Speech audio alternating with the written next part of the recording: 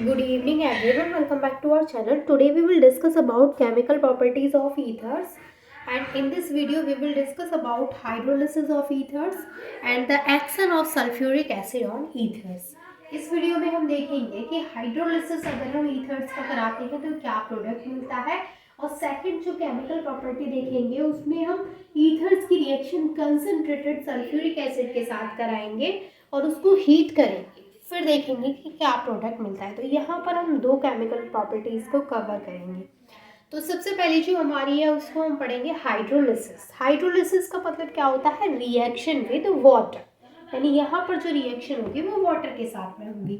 तो इसमें जैसे हमने कोई स्ट्रक्चर ले लिया, हमने ईथर का, ईथर होता है हमारा ROR। इसमें आप एग्जांपल्स भी ले सकते हैं, जैसे डाइथाइल ईथर है, डाइमिथाइल ईथर है, व्हाटएवर यू वांट।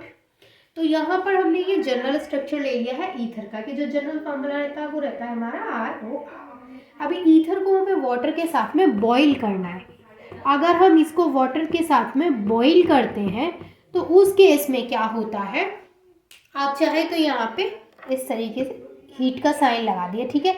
जब हम इसको वाटर के साथ में हीट करते हैं यानी बॉईल करते हैं तो यहाँ पर अल्कोहल का फॉर्मेशन होता है। तो एग्जैक्टली यहाँ पे क्या होता है वो मैं आपको दिखाती हूँ कि जो दोनों हाइड्रोजन है और एक जो ऑक्सीजन है वो इससे जुड़ जाता है। तो यहाँ पे क्या हो जाएगा, 2R हमारे पास ऑलरेडी है तो हम 2R ऐसे लिखेंगे।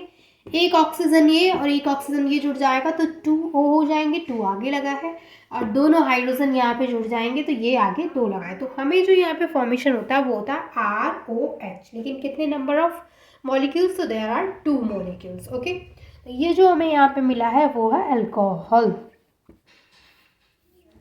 तो जब हम हाइड्रोलिसिस कराते हैं ईथर्स का तो हमें क्या मिलता है, वहाँ पे अल्कोहल का फॉर्मेशन होता है, ठीक है। अभी जस्ट मैंने आपको एक जनरल फॉर्मूला लेकर के बताया आपको ईथर का। अब हम यहाँ पे कोई एग्जांपल रख के देख लेते हैं।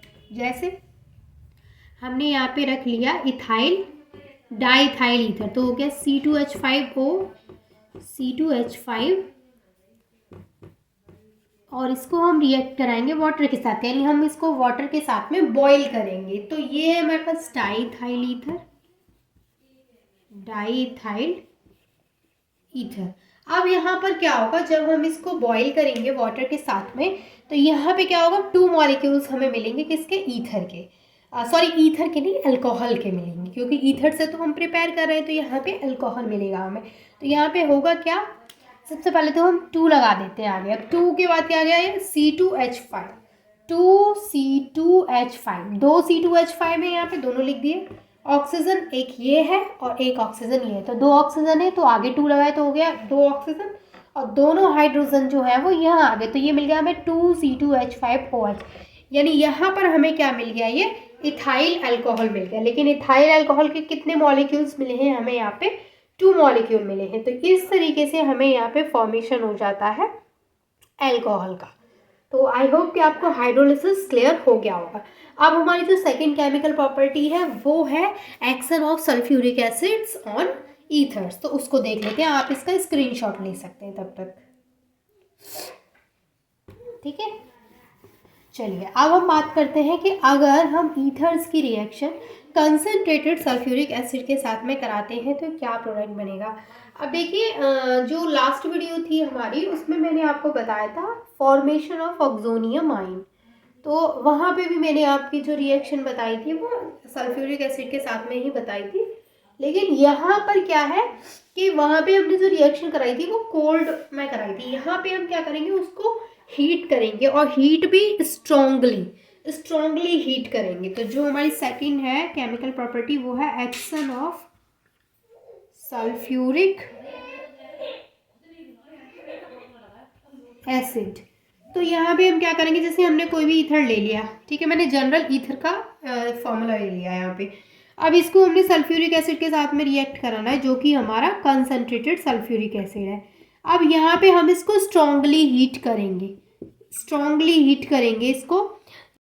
तो जब यहाँ पर ये ईथर कंसनट्रेटेड सल्फ्यूरिक एसिड के साथ में रिएक्ट करता है तो हमें यहाँ पे फॉर्मेशन होता है एल्काइल हाइड्रोजन सल्फेट का, और उसके अलावा वाटर बाहर निकलता है। तो एल्काइल हाइड्रोजन सल्फेट क्या होता है हमारा, RHSO4, और इसके कितने मॉलिक्यूल्स मिलते हैं, 2। यानी ये दोनों R यहाँ पे आ गए हैं, ये वाले दोनों हाइड्रोजन यहाँ पे आ गए हैं, ये SO4 यहाँ पे आ गए। अब देखिए ये जो SO4 आए ये भी कितने आए हैं 2। तो यहाँ पर जो H2SO4 है उसकी क्वांटिटी में ऐसा नहीं है कि मैंने यहाँ पे 1 लिखा है तो 1 ही होगा, वो हम रिएक्शन को बैलेंस करते हैं तो सारी चीज़ें बैलेंस हो जाती हैं।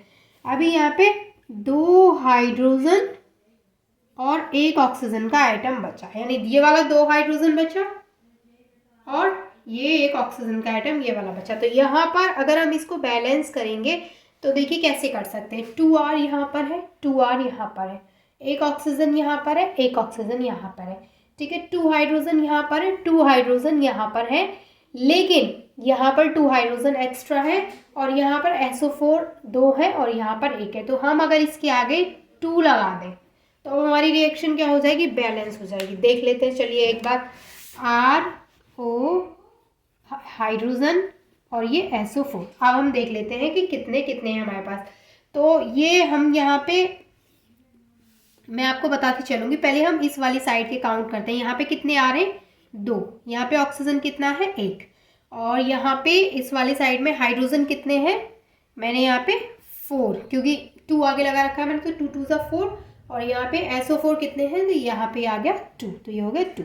ये तो हो गए हमारी रिएक्टेंट साइड के। अभी हमें प्रोडक्ट साइड में मैच करना है तो R कितने हैं 2, ऑक्सीजन कितना है ओनली 1, हाइड्रोजन कितना है यहाँ पे ये वाले 2 और ये वाले 2 4, SO4 कितना है यहाँ पे आगे 2 लगाए तो 2। अब देखिए सारी चीज़ें सेम है, इसका मतलब रिएक्शन बैलेंस है। ओके, तो अगर मैं यहाँ पे 2 नहीं लिख रही हूँ तो आपको ऐसा नहीं सोचना है कि रिएक्शन गलत हो गई है, वो रिएक्शन गलत नहीं हुई है।